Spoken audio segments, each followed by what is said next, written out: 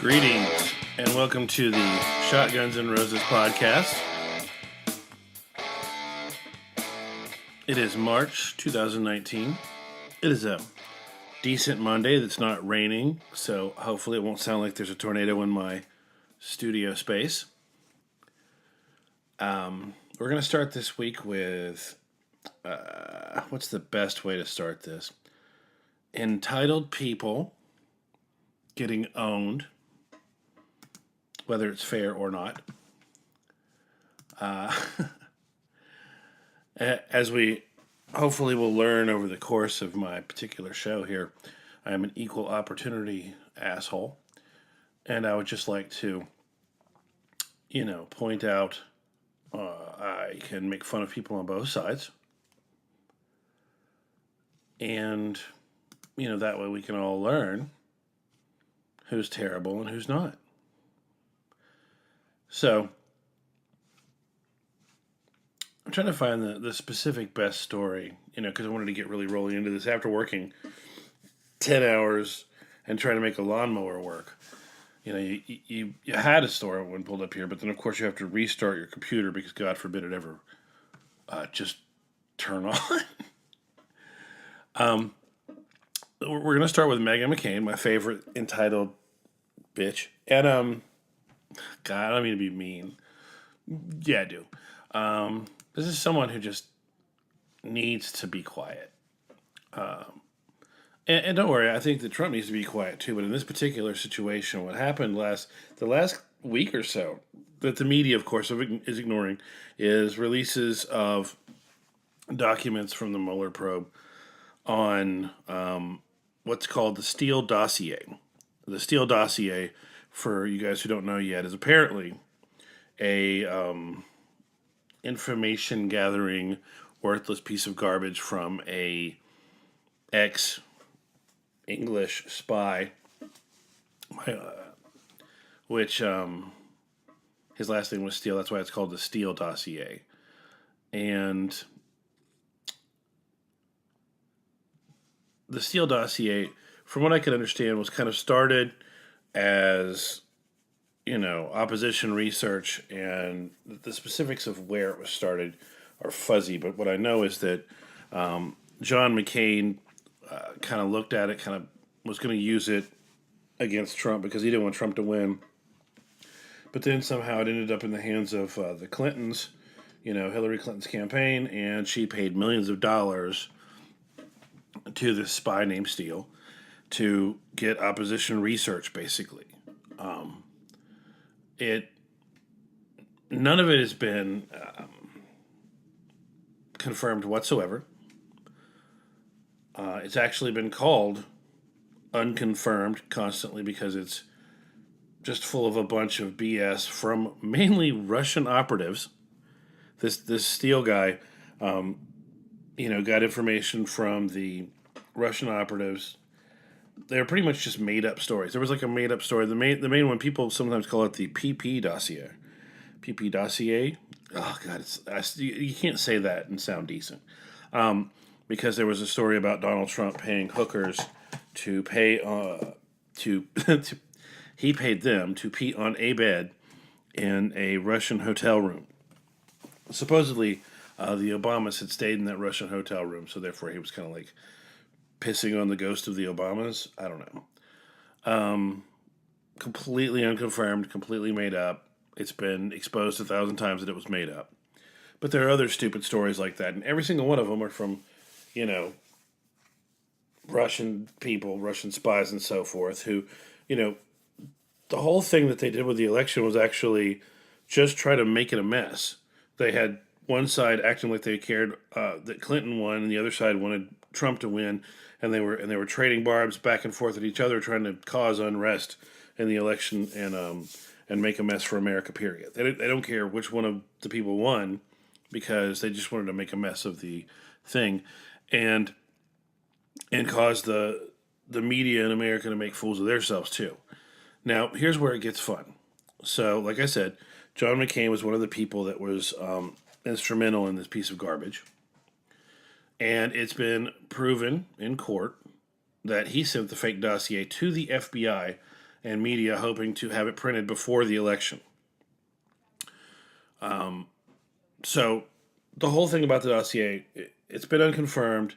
There's a whole bunch of fun things later that hopefully we can get to, where James Comey and some other people in the FBI, Peter Strzok, Lisa Page, these people used this dossier, completely unconfirmed, once by getting facts from Russian spies that are all fake, paid for by Hillary Clinton's campaign, millions of dollars, which, I mean, the fact that one candidate is doing fake research on another candidate, and the FBI, led by James Comey at the time, who is admitted in open court, in front of the Congress, I guess that's court, that he has given classified documents, to a friend of his that was a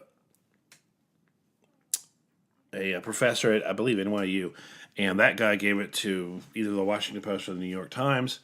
Therefore, that's a crime. Therefore, he should be in prison, because anybody else, any of us did that, we'd be under prison. But for some bizarre reason, the Republicans haven't found the wherewithal to prosecute him. Even though, I mean, I was watching as he was doing the testimony, and he said that, and I went, he just said he did a humongous federal crime. Why are they not just, why is cops not running in right there and putting his hands in handcuffs and locking him up? You see what I'm saying? What are the...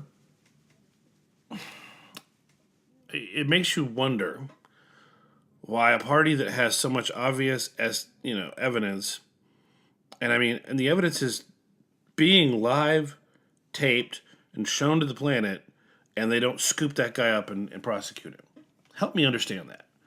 So anyway, John McCain helped get this thing made, sent the fake dossier to the FBI, sent it to his friends in the media, because that's what kind of underhanded political elite he is.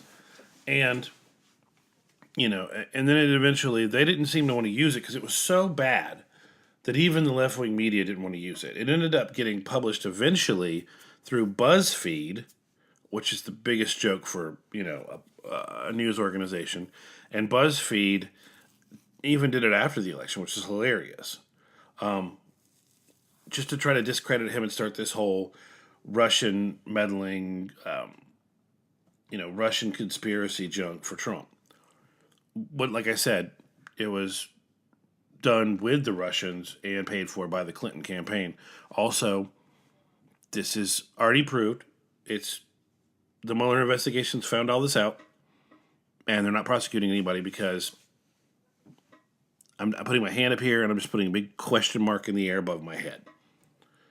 So, the whole kind of reason I'm giving you this backstory is so you'll understand where this came from. So after that, Peter Strzok and Lisa Page's testimonies come out, and different documents came out this weekend that basically showed that McCain had a big part in this, because McCain never liked him. And here's the thing. Trump did say that, one of the biggest dickhead things ever about John McCain. And I'm not a fan of John McCain. But the way that Trump made that particular statement where he said, I'm not a fan of people who get kidnapped and are prisoners of war. Dick move, dude. There's 40 good things to pick about John McCain. You can make fun of his chipmunk face. You can make fun of how he got bent over by Obama. You can make fun of how he votes one way and the other way. So this information comes out proving that McCain was one of the people that helped get this dossier going. Trump tweeted something along the lines of, he and his Dems working together failed, as usual. Even the fake news refused this garbage. And then he said something like that the McCain had far worse stains than just spreading the dossier. And, just messed with him. Then he talked about, and I don't have the exact tweet right here. I've got paraphrasing from The Hill or something like that. He said something that I've always thought was hilarious. John McCain ran on, 8 years while Obama was in office. He said the second he can, he's going to repeal Obamacare, and he's going to build a border wall. John McCain said this for 8 years. Every political ad every time he got in front of a camera. He said it, and then Trump got in there in the first year and said, "Okay, here's the bill on the wall. Here's the bill on the repealing Obamacare." And McCain was literally, I believe, one of maybe two holdouts on doing both those things, which I think 99% of Republicans say they're going to do, and especially he said. So, I mean, never mind what side you're on of those particular issues. If you vote for a politician who says they're going to do something for 8 years straight, and the second it's put on their desk, they're like literally the only person who doesn't vote for it. It makes you wonder. So, so Trump, being his usual boisterous butthole self, he says this stuff. He clowns McCain. He says some junk. So of course, Meghan McCain, shit state, decides that she's going to go out there and start talking junk. And replied something along the lines of, "I just thought your life is spent on your weekends, not with your family, not with your friends, but obsessing over great men you could never live up to." She said, "That tells you everything you need to know about his pathetic life." And then here we've got, I genuinely feel bad for his family, but she also put something like, "You'll never be loved like my father was loved." I don't know if you've ever paid attention, Megan, but this dude packs stadiums full of people, whereas your father couldn't do it, Hillary Clinton couldn't do it, and towards the end, even Obama can't do it. Okay? And if you want to talk about his family runs his businesses for him. His family goes on any news show possible and talks about how great he is. They're famously close. So everything you just said is horseshit. As usual. I mean, and she won't ever shut up. Her father literally is busted for being a crooked politician. It's proven documentation now. Boom. He's a scumbag. He did dirty stuff. Here's what's up. And the president says something, and instead of letting it just fall, because no one's going to cover that, dude. CNN's not going to cover it. The Washington Post isn't going to cover it because they love John McCain. Everybody on the planet thought he was the greatest guy on the planet when he died. Okay? So none of them are going to cover it unless you open your big trap. And you did, because you can't help it. Is conversely the correct word. In the exact same conversation, President Trump talking shit about Saturday Night Live this weekend. And, throwing a temper tantrum. I think it seems jokingly to me. I understand how it goes. The FCC or somebody like that should look into them. Dude, shut up. Literally, their ratings are down. Everyone thinks they're overly political. Even former cast members say they're overly political and they suck now. And you look like an idiot. And you bring more viewers to them by bitching. And I know you were probably joking. Don't joke. The Democrats and the media cannot take a joke. They can't. Just like the Breitbart story from a week ago where you said that, bikers for Trump and the military and other people that stand behind you are going to get tired of the left's shit and they're going to do something. You can't joke about that. Don't even do it. You know what I'm saying? Because that gives fuel to their fire. And then they all write stories and they slant it even more and they're quoting you. Stop being a child. Okay? Just knock it off. So, speaking on entitled Daughters of Political Elites, we'll jump back on the Chelsea Clinton story because there's so many layers to this thing now. It's getting ridiculous. There's multiple... The story, by the way, in case you're fresh to this, is, Chelsea Clinton was at a... What do you call it? One of those, kind of gatherings for the New Zealand mosque massacre. and, giving her sympathies, which all people do. And two activists, maybe a few extra friends behind them, came up and started, accusing her. There's video everywhere. I'm sure you've seen it. Of somehow stoking this maniac in New Zealand who did the attack. And there are other people arrested too, but no one's even mentioning them. I don't know what the deal is. Maybe they just aided this jackass. But so these two people, these two young college students, acted like that and blamed her for something that, she was literally, I've looked at the quote. She was basically just saying, and she even generalized. It was after the Ilhan Omar anti-Semitic remarks. Which ones? I don't know. She has so many. It's ridiculous that she's on any committee for the Democrat Party right now. If you're a Jew or you have a Jewish friend or you care about people, I mean, people in general, the horse shit that Ilhan Omar has been saying is unforgivable. But so Chelsea Clinton said that, hey, we shouldn't talk junk, especially politicians and other people in the media shouldn't be anti-Semitic, or I think she even included like don't be anti-Muslim. I don't know. And these idiots are talking that kind of junk. They're blaming her, which is ridiculous. I mean, it's ridiculous if they do it to right-wing people, but it doesn't fit any narrative whatsoever, except for the anti-Semitic left.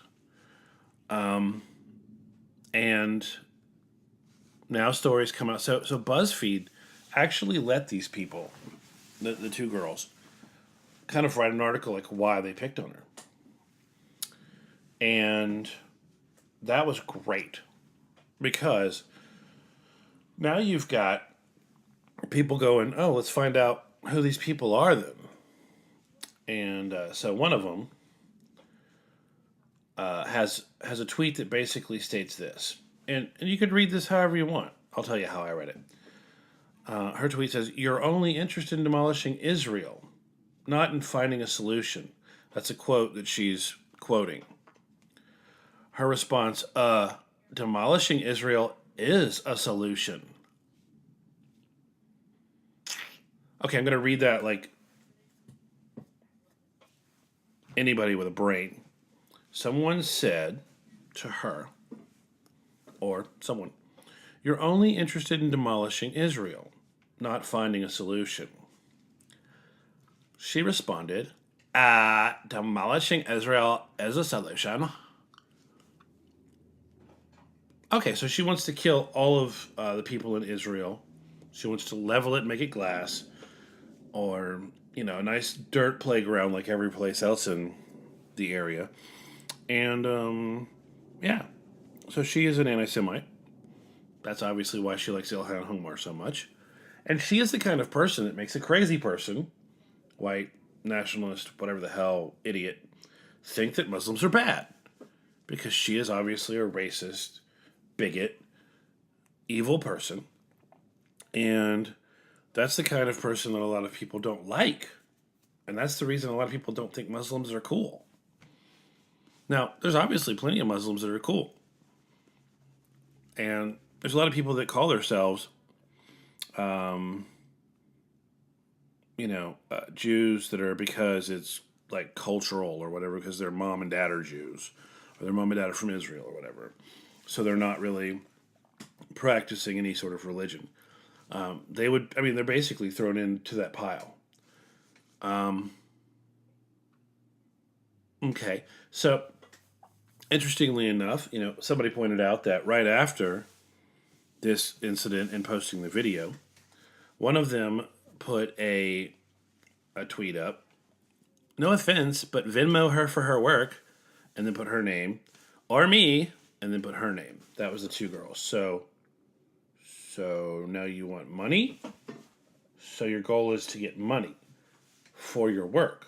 What is your work? Spreading anti-Semitism? Spreading hatred? Just checking. I don't know specifically. And then, of course, screenshots from other stuff besides the anti-Israel thing.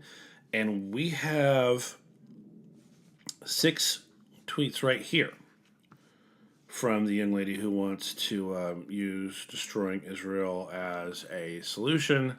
Oh, demolishing it. Let me make sure I don't misquote. She wants to demolish Israel. That's a solution. And in these 6 quotes, she makes fun of gay people. She says here for this person to stop being a faggot. She says here that Drake is a faggot. You know, obviously that's a disgusting word, but I would really like you to understand what kind of disgusting people these are. So, just, a little bit of fun right there. And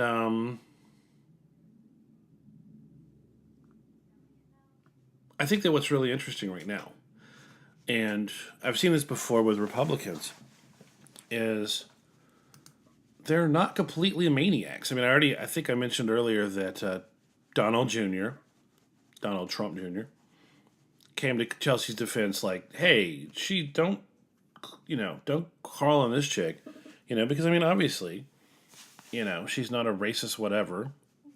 I think that the Clintons are obviously opportunists, not racists. They don't really care who dies, but, and I mean, I've heard terrible stories about this girl, but she really hasn't had a chance to really let us know who she is. And I mean, she had no chance being born to those 2 maniacs. So Donald Trump came right out and said, hey, that's not cool.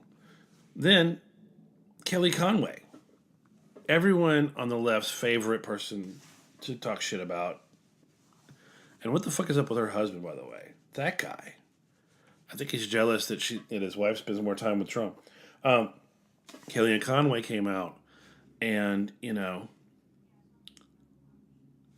she told her to ignore the noise and to enjoy her pregnancy. I mean, by the way, Chelsea Clinton's pregnant when these women are like going off on her. And she was so nice and friendly. I couldn't have been nice and friendly if someone accused me of, because obviously I'm making public comments now. And if someone decided, because I said, being an anti-Semite is bad, if they said that made someone kill a bunch of Muslims, I would tell them they're a moron. The greatest thing is that these people blame anybody. If you read any of his giant manifesto, he basically said that he's doing the most evil trolling of the media and America and everyone around possible. And New Zealand has already put stricter gun laws in. I mean, that's what he wanted, guys. And to the left, he wanted you to blame guns, and he wanted to sow division and stir up shit. You're giving that to him too. Thanks, guys. Both of you guys. I'm not going to talk shit about New Zealand right now. There's too much of a tragedy. It's like clowning a wife after her husband gets killed for something that the wife did stupid. It's not cool. But I don't know. I think Australia did a pretty large gun ban and has now got like the largest amount of machete murders or something crazy like that. People are still evil. They're still going to kill you. They can still build bombs out of household appliances. I think that someone with a bigger brain than me needs to tackle that. One other Republican who it just seems like the coolest guy on the planet. And I've heard I heard Tim Pool today talk about his great amount of respect for this guy. Tim Pool's a liberal who's literally probably the most honest source for news that I've heard lately, because everything he puts out, he just reads the damn story. He can be a little boring sometimes, but at least you're getting honesty. And like I said, it's a liberal guy. He doesn't agree with most of Crenshaw's politics, but he does understand that Crenshaw's a good dude. That's the guy that when Pete Davidson on SNL called him, because he's got the eye patch because he lost an eye in war, and he said that he looked like a villain from a porno. I thought that was kind of funny. It didn't really bother me, but people everywhere got like super butthurt, because that's what people do now, is they get butthurt, they get triggered by stuff. And Dan Crenshaw, said, dude, don't get butthurt about it, people. Don't worry about it. It didn't stress him out, obviously. Then Saturday Night Live let this guy come on and clown Pete Davidson right in front of him. It was hilarious. He even had someone call his phone while they were sitting there, and he had an Ariana Grande ringtone. Hilarious, dude. I mean, that takes layers of skill. So, I mean, the dude is so cool in like 10 different directions. He met Chris, what's his name, that plays Captain America, who's a big liberal who talks shit about Trump all the time. And he had like his Captain America glass eye in, you know? And I think one of the best statements I've ever heard, because, they were talking about these people who were triggered by the thing or whatever, and this person's triggered because of that, and this person's triggered because of this. And I'm seeing if here it is. This is his tweet as part of it. Also, and this is what Dan Crenshaw says. Also, if I ever say I am triggered, non-sarcastically, please kick me out of Congress. You have to understand that triggered is a word that was kind of made for guys like him because it's people that have PTSD and they get triggered by something, a situation that reminds him. Obviously he's been to war. He had his eye blown out by an IED, I believe.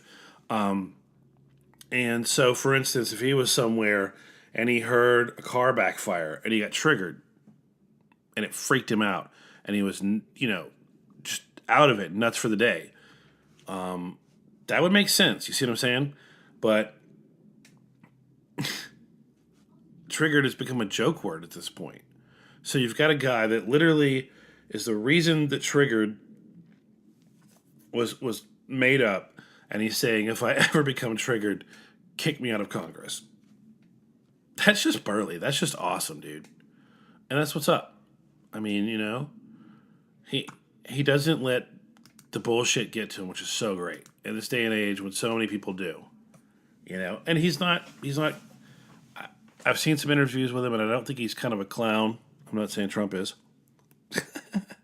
But, obviously Trump's policies are doing better than, I think. Yeah, no, I mean, I think better than anybody else that could have won the presidency, the election. If you look at even the Republicans in that particular thing, because you're on the Democrat side, you had Bernie, who's a socialist. Socialism doesn't work. It should have been his nomination, and it should have been him versus the capitalist pig, Donald Trump. There's nothing wrong with being a capitalist pig unless you're a pig about it. But if you look at like who else it could have been, if it would have been Jeb Bush, it would have been very status quo. The economy wouldn't be doing quite as well as it's doing because he wouldn't have cut regulations. He wouldn't have also given a tax cut to people. If you look at Ted Cruz, I don't think he would have got much done because he pisses too many people off and at the same time doesn't have enough support from the people because he kind of annoys people too. I think he's a good dude. But he's kind of a jackass. Not that that's bad. Marco Rubio would have done absolutely nothing. Little Marco. And I think Ben Carson would have great ideas and try to get things done, but Ben is a really boring person. And I don't know. I mean, that's a good question. That was actually my choice, at the time. So, you try to figure out who would have done the best out of that group. And I think that in this day and age, you need a complete utter asshole to get in there to just knock down all of the opposition. All right, so on to bashing the cool kids. We'll start with our favorite, AOC. She literally is the gift that keeps giving. So she leads. Here's one story that says she leads the pack as the villain responsible for Amazon New York City pullout. A Siena College poll surveyed voters in New York about how they ranked political figures for Amazon's decision to pull the plug. That's New York voters. Why Amazon pulled its plug to establish a new headquarters in Long Island City, and Representative Alexandria Ocasio-Cortez took the dubious honor of being the top villain. Because she was. Okay, let's bounce over here real quick and look at the fact that she has multiple at this particular. I can't even see where they're at here. Multiple ethics complaints. Here's one that says she has racked up 3 major ethics complaints during the first months in Congress. 3 already. These aren't like, we've decided to harsh you in the media complaints like Trump gets all the time. These are like actual ones.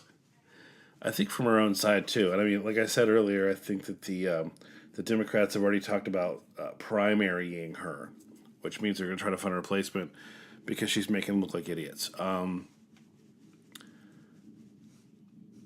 Yeah, there was the one where she used social media to alleged willingness to set up $1 million slush fund. She has not responded to the Daily Caller News Foundation's report showing that she and her chief of staff had sole ownership of a political action committee that helped her campaign. By the way, you're not supposed to have... Pretty sure you're not supposed to have your own PAC. PACs are like outside of your own thing. And, what's the other one? Misusing resources as a congresswoman with the Office of Congressional Ethics, while another group filed a complaint with the Federal Election Commission alleging she and her chief of staff. There's that. Okay, that's the $1 million slush fund. Her, and she also got a email address for her boyfriend, which is a no-no. He's not even her husband. Not that it matters. I mean, it's just funny. They always refer to him as her boyfriend. I've never even seen the guy. I would say something funny like he's probably got a really groovy goatee and a man bun, but people think this top knot that I have is a man bun, and I have a grown out goatee. I mean, a beard. That's what I have. It's manly beard. Another really funny story that I found here. These tweets expose the hypocrisy of Alexandria Ocasio-Cortez. I will throw one forward just because I found it the funniest. Her tweet was, "I find it revealing when people mock where I came from and say they're going to send me back to waitressing, as if it is bad or shameful. It's as though they think being a member of Congress makes you intrinsically better than a waitress. But our job is to serve, not rule." And some guy named Ryan Saverder, I don't know who this guy is, his tweet coming back was, "You literally said last week, I'm the boss. That's ruling, not serving." I always do find that one funny, that she was the boss, And I mean, there's a bunch of other ones, and this is like, I don't know what weird site this is. I just think it's funny. And, all of her comments, of course, that make absolutely no sense about the New Zealand massacre. My favorite, blaming the NRA. That's not in New Zealand. And no member of the NRA has ever been accused of a mass shooting. I'm pretty sure no member of the NRA has actually been accused of an illegal shooting whatsoever. Pretty sure.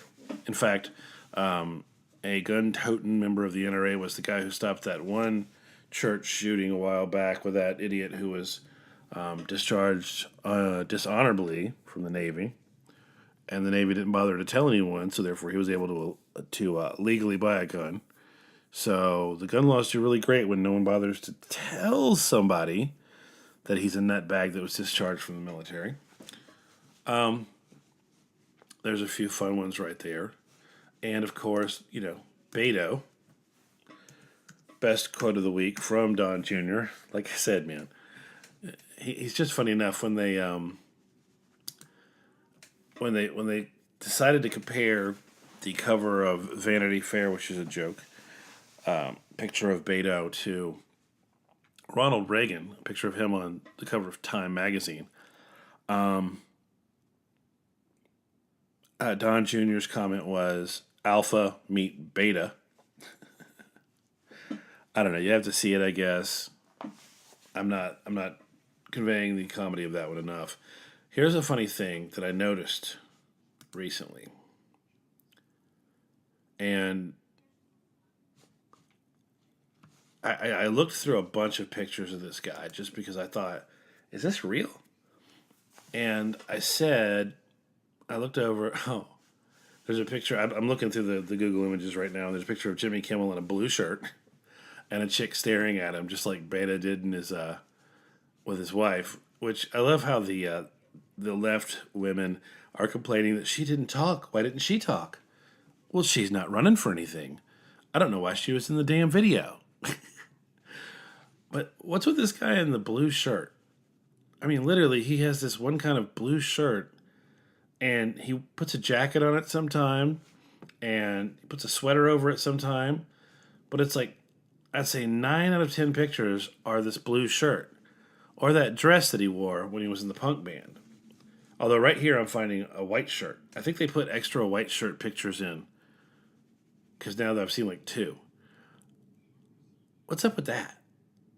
But the best thing of the week was they asked Trump about Beto, and he goes, "What's with his hands? With his hands? Well, he seems to move his hands a lot." Now when you see the guy, all you could see is his damn hands. Literally, he's squishing the air. He's expanding the air. He's making giant air Play-Doh.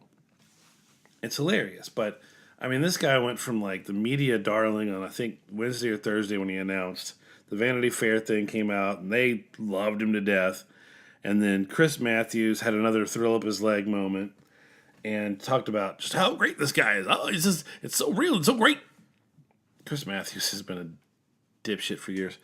And then literally over the weekend, I mean, he raised like $6 million. Like 6.1, I think, because it beat Bernie by like 100 grand. And like the first day that he announced, everyone loved him. And over the weekend, everyone's like, wait, is this a white guy? Oh, this white guy's a millionaire? Oh, shit. We're not supposed to like those guys. And they started talking shit about him. I mean, literally, they can't eat their young faster. You know? I mean,